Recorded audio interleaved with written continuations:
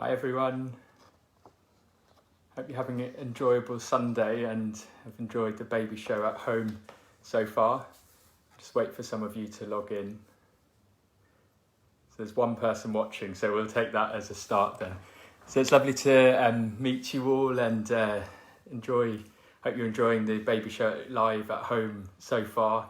It's been a fantastic day. I've been logging into some of them and so just check that everyone's watching. So I'm Will, I'm an obstetric doctor, and I'm going to spend the next half an hour or so hopefully answering some of your question, but the main focus of what I'm here to talk about is hopefully to talk about you having a really positive birth experience with whatever type of birth you have. So I know there's a lot of resources out there about having a positive birth experience when things go according to plan.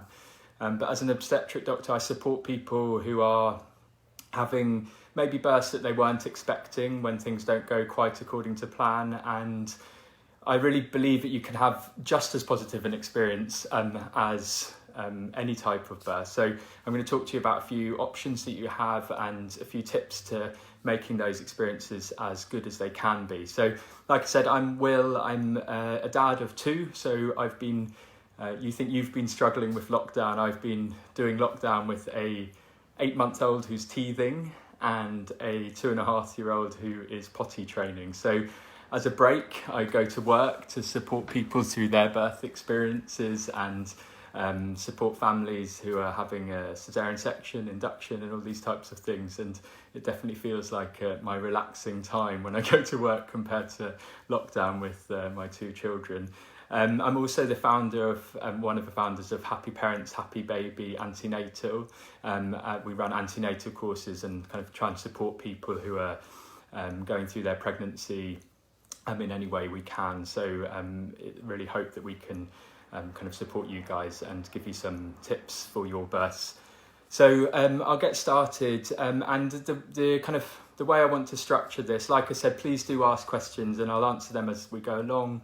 If we don't obviously cover them, then we'll have some time at the end to talk about them. But I want to give you 3 tips really, and we like to call this the 3 O's of your birth experience. And those 3 O's are about being open, about your options, knowing your options, and then about owning your experience. And I'll just kind of explain each of these in turn. Hi Joanne, nice to see you all logging in. So first of all, O number 1. So this is about being open. And so when I'm working in the hospital, I obviously support people who are having births through any types of births, but sometimes births through a Caesarean section, through induction, sometimes needed forceps. And we reflect on this afterwards, and sometimes people come into their births with very rigid birth plans. And I just want to kind of reference a document that we've put together at Happy Parents, Happy Baby, which is the birth preferences document. And sorry, there's a message coming up. Can people see me on the camera? The message just popped up that they can't see me. Can someone just give me a thumbs up or an okay? Otherwise it's going to be a black screen, which will be very boring for you guys. So just wait for someone to give me a thumbs up. Yeah, cool, okay. So that's okay. I just didn't want you all to be completely bored. Although I should have said my preparation for this. I think when you're going before Joe Wicks on a talk like this, and he's got such luscious hair, is that yesterday we did our first lockdown haircut. So you can judge me, although being judged against Joe Wicks's hair is a bit of a challenge. But this was the best attempt after a few YouTube videos. So, okay, thanks. Everyone's saying that you can see me, which is cool. So, I was talking about the first O, which is about being open. And we've put together, so at Happy Parents, Happy Baby, the thing that makes us a little bit unique from other antenatal courses is that we've brought together a whole team of specialists. So rather than just having one person talk to you about all your birth experiences, so I'm an obstetric doctor and I support and run the session on kind of interventions, and we have a midwife on all our courses. We have a paediatric doctor, a hypnobirthing teacher, and we support people with all their kind of all stages of their last stages of their pregnancy, birth and becoming parents. And with our team, we've put together this birth preferences document. So I'll put the link on the page afterwards, but you can find it on our website, happyparentshappybaby.com. And with this, what we're trying to support is going into an experience with, rather than a completely rigid plan, being open about your options and open about your experiences. I think will allow you to have an open mind and be a bit more fluid with the journey, because often things don't go completely according to plan. And I think if you go into it with a completely rigid plan, and that could be simply in terms of your pain relief options, or it could be in terms of the birth itself, and kind of being very stuck on one plan, then I think it's harder to kind of step off that plan A and be kind of open-minded to plan B and C when these someone's asking about where we can find the birth plan. So again, I'll just put the link on afterwards. It's probably easier rather than just keeping repeating it. Thanks to Baby Show have put that on now, so that's helpful. So that's with the keeping open. In terms of the second O, which is about knowing your options, this is the one where kind of I think it's really important to just understand a few things. So the first thing is to understand the context. When we're talking about interventions, we're talking about either in terms of your birth itself, we're talking about either an instrumental delivery, and this could either be a ventouse, which is the suction cup that sometimes is used, or forceps. And the other option is regarding a Caesarean section. And in terms of the numbers, in this country last year, 4 in 10 women or babies were born using one of these methods. So it's almost half, so 4 in 10. So I think when you just think about that number, if you're going into an experience that you know that almost half, you've got almost 50% chance, almost half, as much likelihood that you'll have some degree of intervention than you would not an intervention, you could do two things. And I think if that number of not intervention was 90% or 99%, then I think it would be completely reasonable just to say, okay, let's just hope that we're not in that small proportion of people who do require an intervention. But when it's such a high number, when it's 4 in 10, then I think it's you're not doing yourself justice in terms of hoping to have this really positive experience if you just ignore that. And so whatever way you get your information, be that an antenatal course, be that in the hospital from your midwives and from the team that are supporting you there, be that just simply Googling and working out things for yourself, it doesn't really matter. But what I really want and really encourage you to do is to obviously think about plan A and really plan your birth plan regarding if things go completely according to plan. But just for some moments and maybe some days, just say between you and whoever's supporting you, say, what happens if we do require these interventions? What happens if we do require a Caesarean section? What happens if we do require an instrumental delivery? And then put plans into place for this, because I think for me, that will do two things. And I see people who come in with this kind of open mind and know the options, that when things go slightly off their kind of plan, and I'm really not saying don't have a kind of a optimal birth experience that you want, because I think that's good and it helps with the psychology about kind of looking forward to things. But when things do veer off plan A, then you have really clear ideas and expectations about what will happen, why those things are being offered. You'll have had an opportunity to ask about the pros and cons of these things before you're in labour, and I think that will really help. So the birth preferences list that we've put here gives you those lists of, or gives you opportunity to kind of think about those types of interventions and to put really clear plans in place. The other thing that I'd like to kind of get you to think about is what makes you anxious. And obviously there's many things that make people anxious. For me, the thing that makes me anxious is unknown. So say talking to you guys here, I'm not worried about what I talk about, and talking about these sorts of topics is what I'm really passionate about, and I do many kind of talks similar to this, and I love talking about this. What does make me anxious is Facebook Live and making sure that the technology works, hoping that there's so many people watching, which has made me really pleased. And it's this unknown that makes you anxious, I think. And I think when you think about situations that you've been in the past, separate from your pregnancy, that made you anxious, it's often regarding that unknown, say that a talk or an exam. It's that unknown. So if you can do anything to reduce that unknown, then I think you'll be putting yourself in a really good place to have a positive experience and to not become anxious when things kind of take their wiggly way to the kind of your journey takes the wriggly route to giving birth, which often it does.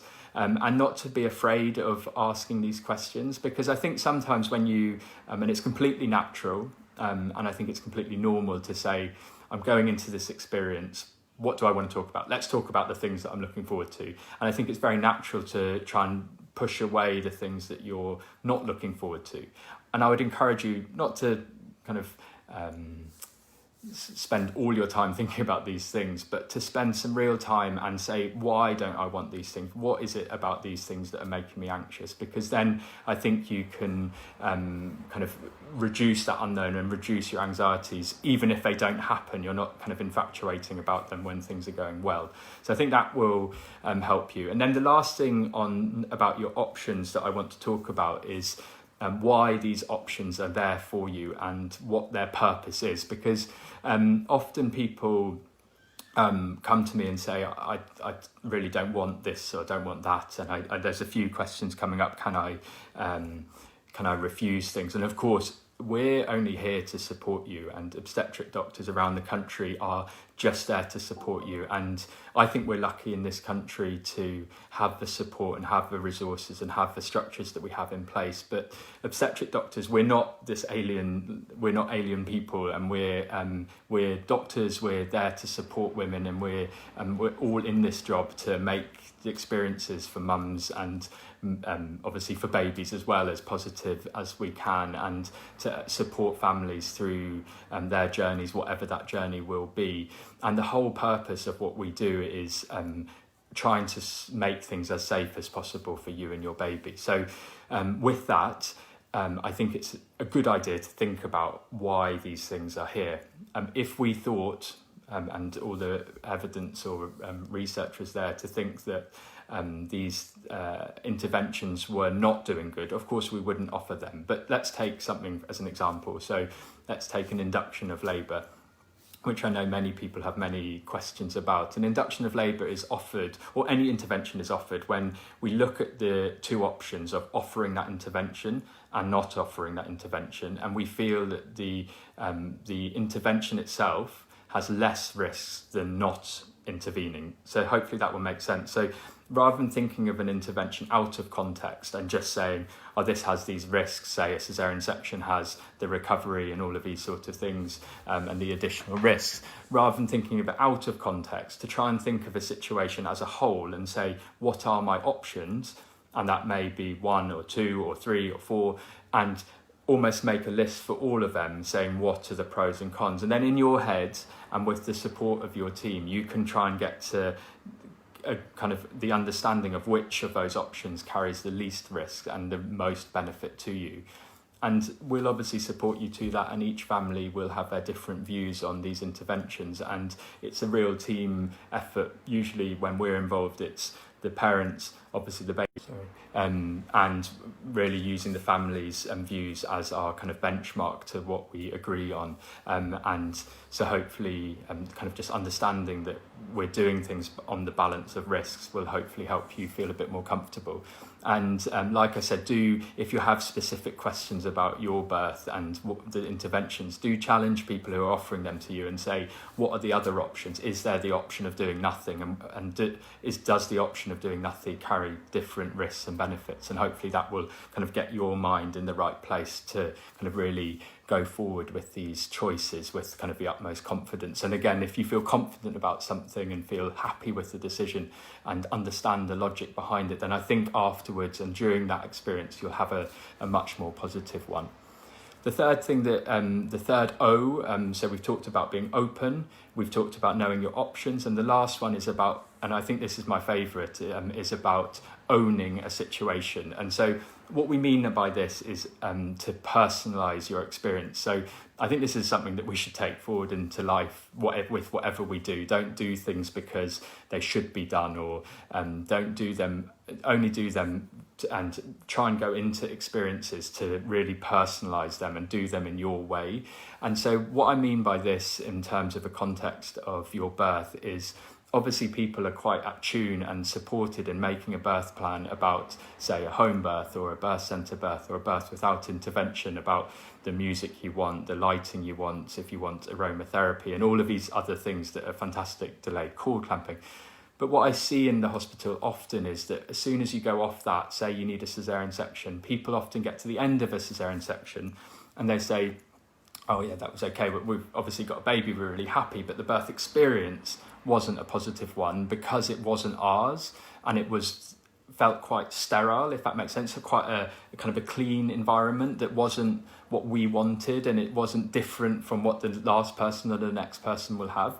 And so on this birth preferences document, and I think this is the most unique part of it, is that we give you kind of lists of options that you can have, say if you're having a caesarean section, and there's kind of many other resources that you can find to support you through these choices. But just like I said, spend some time saying, if these interventions happen, how can we make that as positive as possible? So say with a caesarean section, you can still have your own music, and trust me, if you don't choose your own music, you're going to be disappointed with the choice. Usually it's smooth FM or classic magic FM are usually the two music choices. So choose your own, get your playlist, whatever you want. Usually that will be supported.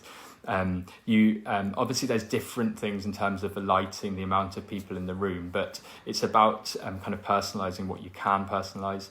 Things like delayed cord clamping, you can talk to with your team whether they support that, and most hospitals now are supporting delayed cord clamping where it's safe to do so. If you have your birth partner in the theatre, what their role is going to be, and talking with your midwife and the team about how they can be as big a part of that experience as they want. So where they're going to be after the birth, whether they're going to be with your baby or with you, about cutting the cord and all these things that still are options if you wanted to kind of make that your birth partner's experience. Skin to skin afterwards can be difficult because most hospital gowns, they tie at the back, and so they can be quite tight. So you can imagine if you have a baby, someone's trying to finish an operation here and you're trying to fit your baby underneath, and that can be a bit challenging. However, if you ask your team if you can put the hospital gown on backwards, that means it ties at the front, then it can be a much easier transition for you to say, I want skin to skin, which is still as important if you have a caesarean section compared to if you have a vaginal delivery of any sort.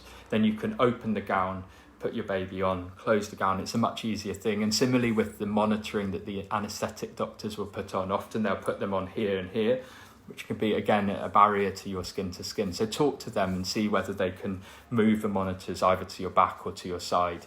And hopefully that will kind of allow you to start that skin to skin. And if you're planning to breastfeed, to kind of start your journey in the most positive way. Other things like lowering the drape and seeing as much of the birth as you want. For me, we've had 2 unplanned caesarean with our 2 daughters, and this change from our first, where we didn't really, if I'm honest, put these plans in place, to our second, where we had a very clear plan with what we wanted if we had a caesarean, really made the whole world of difference about our experiences. And I reflect, and my partner and I reflect back, and we have such a positive experience of our second birth because we made that slight change in our mentality to say, if this happens, how can we make this our experience? And I really would encourage you to, in whatever way you can, either through the support we can give you, or of course, all the other resources that you can have, to put plans in place for all the eventualities that can happen. And I think with that, you can have the most positive birth experience with whatever birth that you have, whether that's a birth without intervention or with any sorts of interventions when things don't go quite according to plan. So just to summarise, and I know it's a short session, I could talk for hours and hours and hours, but I think Joe Wicks might get annoyed with me if I bump him off, and I'm sure some of you will be annoyed as well, so I'll stop now.